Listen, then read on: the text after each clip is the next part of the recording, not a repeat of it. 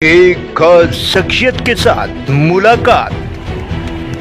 देखिए जयदेव पटेल के साथ नंबर 1 इंडिया न्यूज पर रोजाना रात 9 बजे। नमस्कार व्यूअर्स, मैं जयदेव पटेल और आप देख रहे हैं नंबर 1 इंडिया न्यूज। आपका एक बार फिर स्वागत है एक खास शख्सियत के साथ मुलाकात प्रोग्राम में। आज हम बात करेंगे बीजेपी के नए अध्यक्ष के रूप में नितिन नवीन को निर्विरोध चुना गया, उसके बाद उन्होंने पदभार भी ग्रहण कर लिया। ऐसे में नए जो अध्यक्ष है नितिन नवीन, उनके सामने आने वाले विधानसभा चुनाव में जीत दर्ज कराना कितनी कुछ चुनौतीपूर्ण रहेगी और इससे बीजेपी कितना सशक्त और मजबूत बनेगी। इन्हीं तामों से बात करने के लिए हमारे साथ खास संबंध है उत्तर प्रदेश के पूर्व उप मुख्यमंत्री और साथ ही राज्यसभा सांसद डॉक्टर दिनेश शर्मा। डॉक्टर दिनेश शर्मा जी, आपका बहुत बहुत स्वागत है आज हमारे प्रोग्राम में। बहुत धन्यवाद आपका जी डॉक्टर दिनेश शर्मा जी, आपसे हमारा पहला सवाल है कि नितिन नवीन को बीजेपी का राष्ट्रीय अध्यक्ष बनाया जाना आने वाले विधानसभा चुनाव के लिए कितनी बड़ी चुनौती होगी और इसी के साथ साथ में इससे भारतीय जनता पार्टी और कितनी सशक्त और मजबूत बनेगी।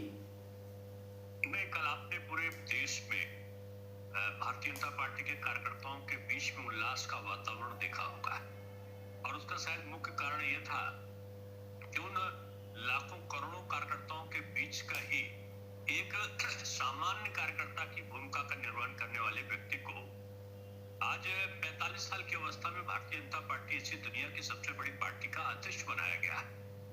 तो ये एक संभावना केवल भारतीय जनता पार्टी में हो सकती है और शायद यही कारण था कि पूरे देश में कार्यकर्ताओं में एक अलग प्रकार का उत्साह देखने को मिला। जी डॉक्टर दिनेश शर्मा जी, एआईएमआईएम प्रमुख असदुद्दीन ओवैसी ने एक बार फिर अपनी इच्छा जाहिर करते हुए ये कहा है कि देश की प्रधानमंत्री जो है वो हिजाब वाली महिला बने। इसको आप कैसे देखते हैं? देखिए, वो उनको थोड़ा संविधान का ज्ञान कम है। सांप्रदायिकता के जो बू है या सांप्रदायिकता का जो जिन्न है वो उनपे रह रहकर बोलता है। ये धर्मनिरपेक्ष देश है और इस धर्मनिरपेक्ष देश में किसी के भी प्रधानमंत्री या राष्ट्रपति बनने में कोई रोक थोड़े है। यहाँ पर अल्पसंख्यक राष्ट्रपति 10 साल तक आदरणीय मनमोहन सिंह जी रहे। यहाँ पर फखरुद्दीन अली अहमद, जाकिर हुसैन, अब्दुल कलाम साहब ऐसे तमाम मुस्लिम राष्ट्रपति रहे।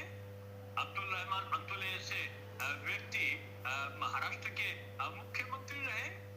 तो इस प्रकार की बातें को कहना केवल वोटों को लुभावने के लिए एक झूठा जो भाषण है वो आज उनका एक शिगुफा बन गया है कि जब आकर्षित करना हो मतदाताओं को तो इस प्रकार की झूठी बयानबाजी कर दो। जी डॉक्टर दिनेश शर्मा, जिस प्रकार से स्पेशल इंटेंसिव डिवीजन यानी एसआईआर को लेकर के तमाम जो राज्य हैं, राजस्थान है, पश्चिम बंगाल है, आपका उत्तर प्रदेश है, या ऐसे तमाम जो राज्य हैं जहाँ पर जो कंट्रोवर्सी चल रही है, जो इश्यूज जो रेस हो रहे हैं या विपक्ष जो विरोध प्रदर्शन कर रहा है, ये क्या सिर्फ और सिर्फ राजनीतिक एजेंडा है और इसको मजहबी चश्मे से देखना कितना सही है, आप मानते हैं? ये चुनाव आयोग कर रहा है, बीजेपी थोड़ी कर रही है जो बीजेपी का एजेंडा है। ये चुनाव आयोग एक संवैधानिक अधिकारों को जो उसको प्रदत्त किए गए हैं और जिनका प्रयोग कांग्रेस के शासनकाल में कई बार हो चुका है, उसके अंतर्गत आज इस एसआईआर की प्रक्रिया चुनाव आयोग निष्पक्षता के साथ संपादित कर रहा है। सभी दल अंदर ही अंदर अपने मतदाताओं को बनाने का काम कर रहे हैं। ऊपर एसआईआर का नाम लेकर गाली देने का काम इसलिए कर रहे हैं कि चुनाव में अगर हार हो तो कह दे कि एसआईआर ने किया। ये मुद्दा तलाशते हैं। कभी इनको ईवीएम मशीन दिखाई पड़ी तो कभी इनको जो सरकार की योजना है वो दिखाई पड़ी, कभी इनको चुनाव आयोग दिखाई पड़ा, अब इनको एसआईआर दिखाई पड़ रहा है।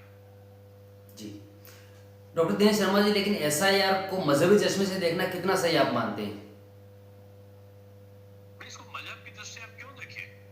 ये धर्मनिरपेक्षता के भाव से है और सारे लोगों को अधिकार ऑनलाइन दिया गया है कि जिसका नाम अगर रह जाता तो ऑनलाइन अपने को रजिस्टर करा सकता है। वो जो नीचे स्तर के अधिकारी हैं उनके अगर वो प्रति कोई शिकायत है उनके उच्च अधिकारी पे कर सकता है और उनसे भी उच्च अधिकारी पे कर सकता है और अंतिम रूप में कोई ना सोचे तो चुनाव आयोग के पास जा सकता है। तो इतनी सारी छूट के बाद भी एसआईआर पे उंगलियां वो लोग उठाते हैं जिनका लोकतांत्रिक प्रक्रियाओं में या संवैधानिक संस्थाओं पर विश्वास नहीं है। जी डॉक्टर दिनेश शर्मा जी, आपसे मेरा एक आखिरी सवाल है कि आईआईटी कानपुर में पिछले 22 दिनों में 2 आत्महत्या हो चुकी है छात्रों की। इसके पीछे क्या कुछ वजह आप देखते हैं और इसके लिए क्या कुछ सख्त कदम उठाने की आवश्यकता है, ऐसा आपको लगता है? देखिए, इस प्रकार की घटनाएं दुखद भी हैं, चिंतनीय है और सतर्क रहने की जरूरत है सभी को, क्योंकि जो नौजवान होता है ना, तो ये जो 18 साल से और 25 साल की अवस्था है, इसमें वो एक संवेदनशील दौर से वो गुजरता है, और उस दौरान उनके ऊपर विशेष नजर रखे जाने की आवश्यकता होती है।